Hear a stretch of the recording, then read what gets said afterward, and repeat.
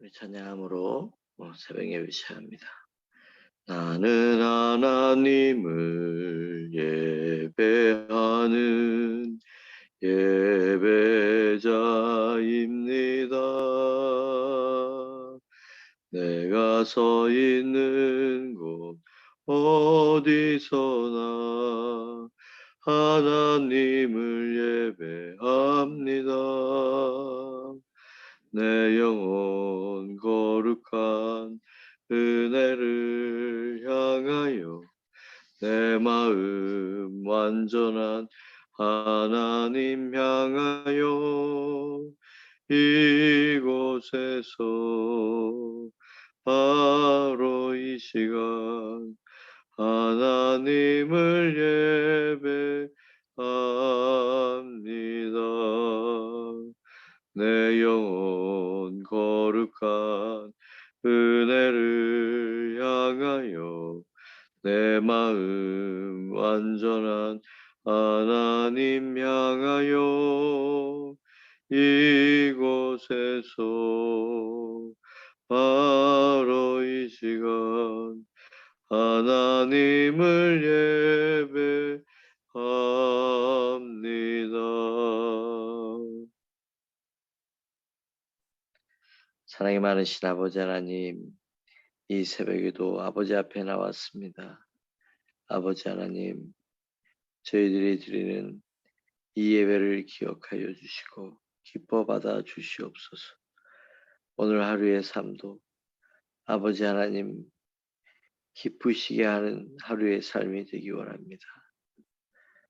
세상이 어지럽고 혼돈 가운데 있사오나 주여, 이때야말로 하나님의 사람들이 필요한 때이오니 저희들이 깨어 일어나 우리에게 맡겨진 사명을 감당하고 살아갈 수 있도록 인도하여 주시옵소서.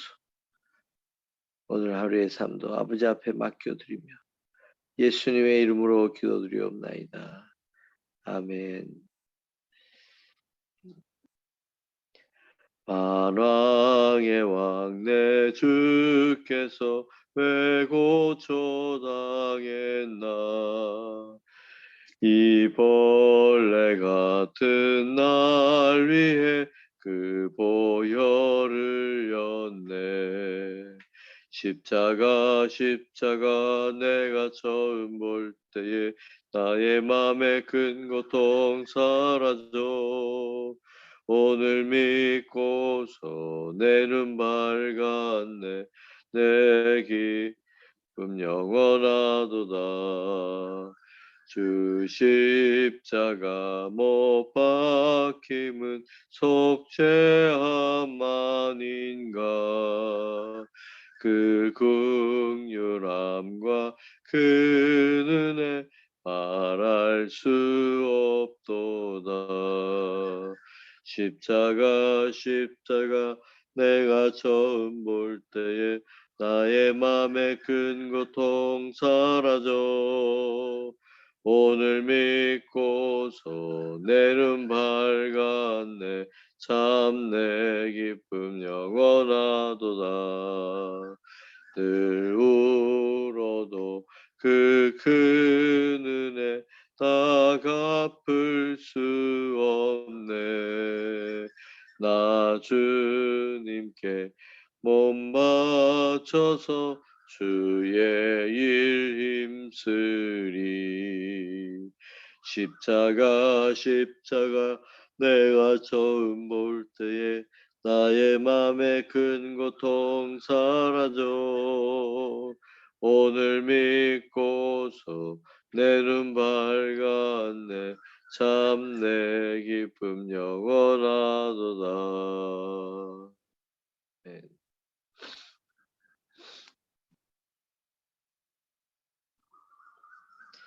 오늘 우리에게 주시는 말씀, 이방인에게도 생명 얻는 회개를 주셨도다. 이제 사도행전 11장 말씀 우리 시작하겠습니다. 우리 하나님 말씀 한 목소리로 우리 봉독합니다. 유대에 있는 사도들과 형제들이 이방인들도 하나님의 말씀을 받았다함을 들었더니 베드로가 예루살렘에 올라갔을 때 할례자들이 비난하여 이르되 내가 무할레자의 집에 들어가 함께 먹었다 하니 베드로가 그들에게 이 일을 차례로 설명하여 이르되 내가 요파 시에서 기도할 때 황홀한 중에 환상을 보니 큰 보자기 같은 그릇이 내 뒤에 메어 하늘로부터 내리어 내 앞까지 드리워지거늘 이것을 주목하여 보니 땅에 네 발 가진 것과 들짐승과 기는 것과 공중에 나는 것들이 보이더라. 또 들으니 소리 있어 내게 이르되 베드로야 일어나 잡아먹으라 하거늘 내가 이르되 주님 그럴 수 없나이다. 섭되거나 깨끗하지 아니한 것은 결코 내 입에 들어간 일이 없나이다 하니 또 하늘로부터 두 번째 소리 있어 내게 이르되 하나님이 깨끗하게 하신 것을 내가 섭되다고 하지 말라 하더라. 이 일이 세 번 있은 후에 모든 것이 다시 하늘로 끌려 올라가더라. 마침 세 사람이 내가 유숙하던 한 집에 서 있으니 가이사랴에서 내게로 보낸 사람이라. 성령이 내게 명하사 아무 의심하지 말고 함께 가라 하시매 이 여섯 형제도 나와 함께 가서 그 사람의 집에 들어가니 그가 우리에게 말하기를 천사가 내 집에 서서 말하되 내가 사람을 요파에 보내어 베드로라는 시몬을 청하라. 그가 너와 내 온 집이 구원받을 말씀을 내게 이르리라 함을 보았다 하거늘 내가 말을 시작할 때 성령이 그들에게 임하시기를 처음 우리에게 하신 것 같이 하는지라. 내가 주의 말씀에 요한은 물론 세례를 베풀었으나 너희는 성령으로 세례를 받으리라 하신 것이 생각나더라. 그런즉 하나님이 우리가 주 예수 그리스도를 믿을 때 주신 것 같은 선물을 그들에게도 주셨으니 내가 누구이기에 하나님을 능히 맡겠느냐 하더라. 그들이 이 말을 듣고 잠잠하여 하나님께 영광을 돌려 이르되 그러면 하나님께서 이방인에게도 생명 얻는 회개를 주셨도다 합니다. 그때 스데반의 일로 일어난 환란으로 말미암아 흩어진 자들이 베니게와 구브로와 안디오까지 이르러 유대에게만 말씀을 전하는데 그중에 구브로와 구레네 몇 사람이 안디오에게 이르러 헬라인에게도 말하여 주 예수를 전파하니 주의 손이 그들과 함께 하시매 수많은 사람들이 믿고 주께 돌아오더라. 아멘.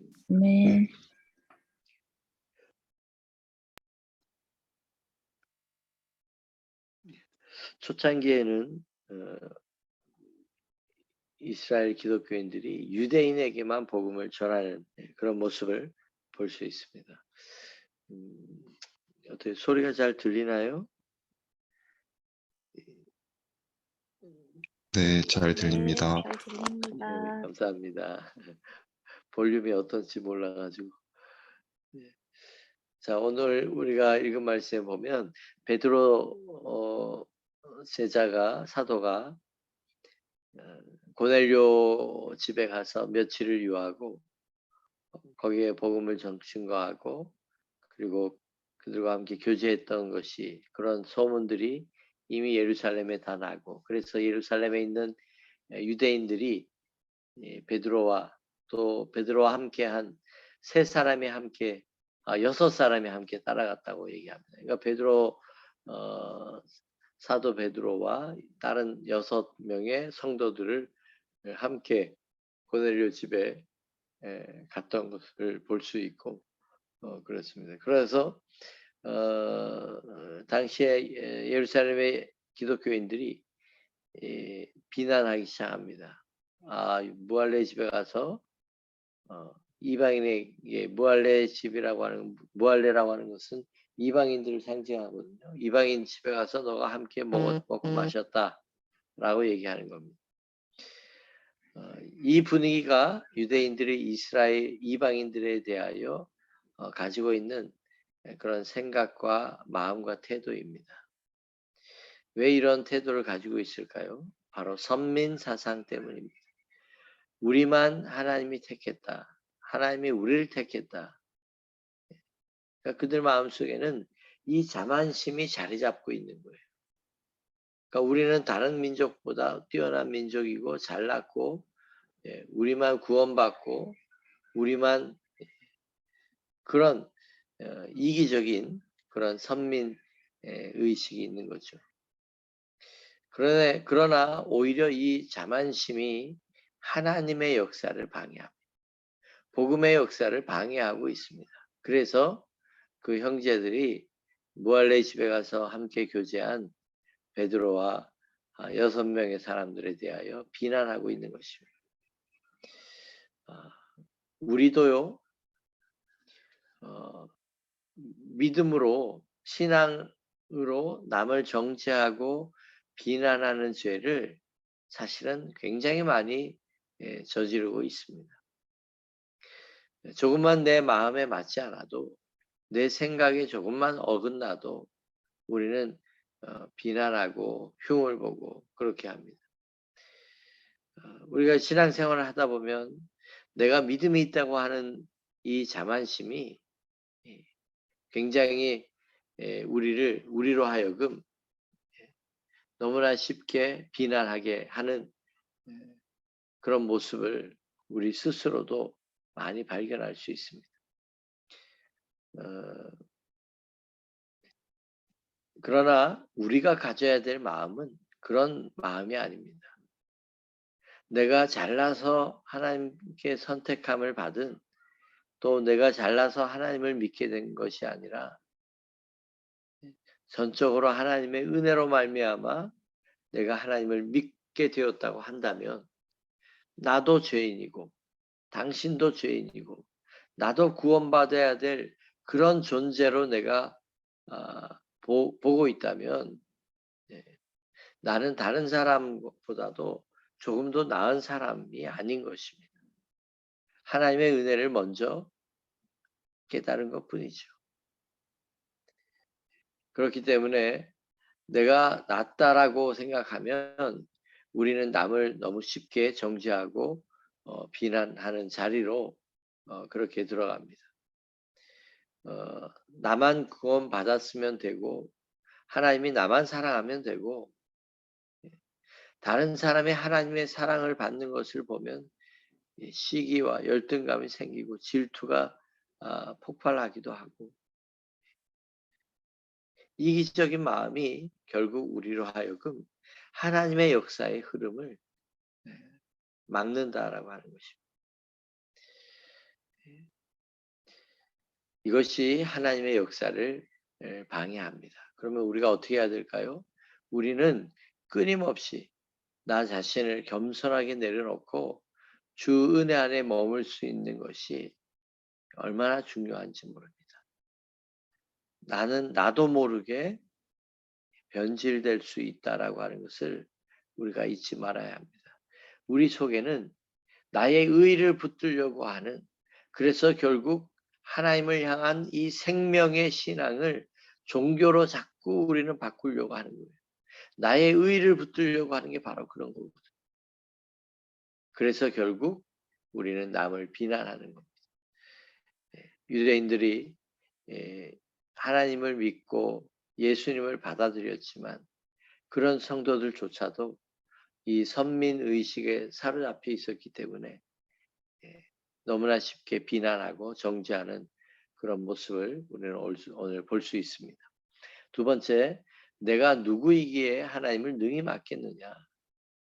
이것이 베드로가 상황을 설명하는 중에 말씀하고 있는 핵심적인 문장입니다. 내가 누군데 하나님을 맡겠느냐. 이 말 앞에 어느 누구도 반대할 수 없었습니다. 우리는 유대인이고 이방인하고 교류도 안 하지만 그들 가운데도 하나님이 역사하시고 인도하시고, 또 우리와 똑같이 그들이 말씀을 듣는 중에 성령이 임하시는데 내가 누군데 하나님을 맡고 세례를 주지 않겠느냐. 그렇게 말씀하고 있습니다.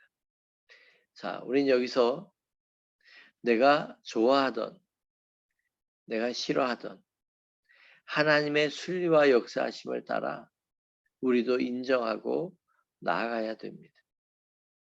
이게 중요한 거예요. 우리는 내 마음에 안 맞는다고 하나님의 역사하심을 우리가 그 순리를 우리가 인정하지 않으려고 할 때도 많습니다. 내 마음에 안 든다고 고집 피우고 싸우고 방해한다면 그것은 곧 하나님을 대적하는 겁니다. 내가 누군데 하나님을 능히 맡겠느냐. 하나님의 역사와 그 흐름을 우리가 잘 파악을 하고 깨닫고 그 일에 대하여 우리가 막아서는 일이 없도록 그렇게 해야 됩니다. 하나님의 일을 하다 보면 이러한 일들이 참 많이 일어납니다.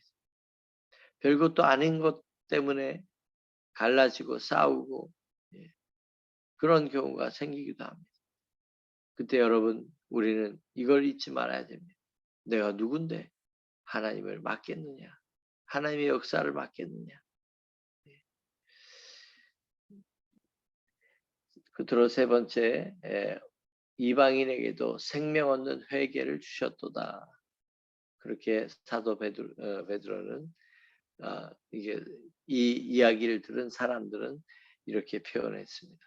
생명을 얻는 회개라는 표현이 제 마음에 와 닿습니다. 구원은 곧 회개라는 것입니다.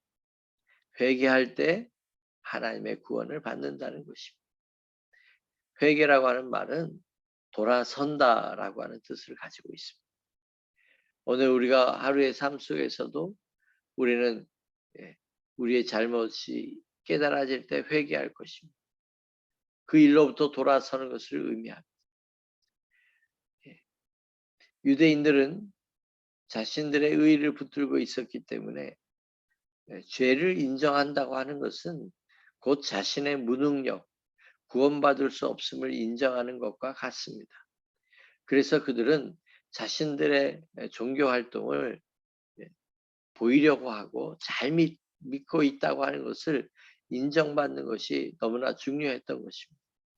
그런데 이제는 예수 그리스도가 죄인인 우리를 위하여 죽으심으로 그 은혜로 말미암아 구원을 얻게 되니까 회개가 곧 생명을 얻는 구원의 길이 된 것입니다. 그렇다면 우리는 어떻게 해야 될까요? 날마다 겸손하게 나의 내면을 살피고 회개하며 나 같은 죄인이 용서함을 받아 구원받을 수 있게 됨을 늘 감사하시길 주님의 이름으로 간절히 축원합니다. 기도하겠습니다. 하나님 아버지, 이방인들도 성령을 받고 하나님의 은혜를 받게 되었지만 당시의 기독교인들은 그것이 무엇인지 몰랐고 그들 속에 자리 잡고 있는 선민 사상을 통하여 하나님의 역사에 대하여 비난하는 잘못을 범하였습니다. 아버지, 저희들도 이런 죄를 범할 때가 참 많습니다. 신앙 안에서의 자만심, 직분으로 인한 자만심, 나의 열심으로 인한 자만심, 그리하여 나와 다른 것에 대하여 우리는 비난하고 정죄하고 깔보는 그런 모습들이 참 많았습니다. 아버지여, 이 아침에 우리가 이런 마음들을 다 내려놓고 내가 주님 앞에 죄인이며 구원받아야 될 존재임을 다시 한번 깨닫고 나를 구원해 주신 아버지 하나님 앞에 감사하는 이 시간이 되게 하여 주시옵소서. 생명 얻는 회개를 베풀어 주신 아버지 하나님, 우리가 날마다 아버지 앞에 겸손히 십자가 앞에 엎드려 하나님 앞에 용서함과 사랑을 받고 감사하는 오늘 하루의 삶이 되게 하여 주시옵소서. 감사하며 예수님의 이름으로 기도드리옵나이다. 아멘.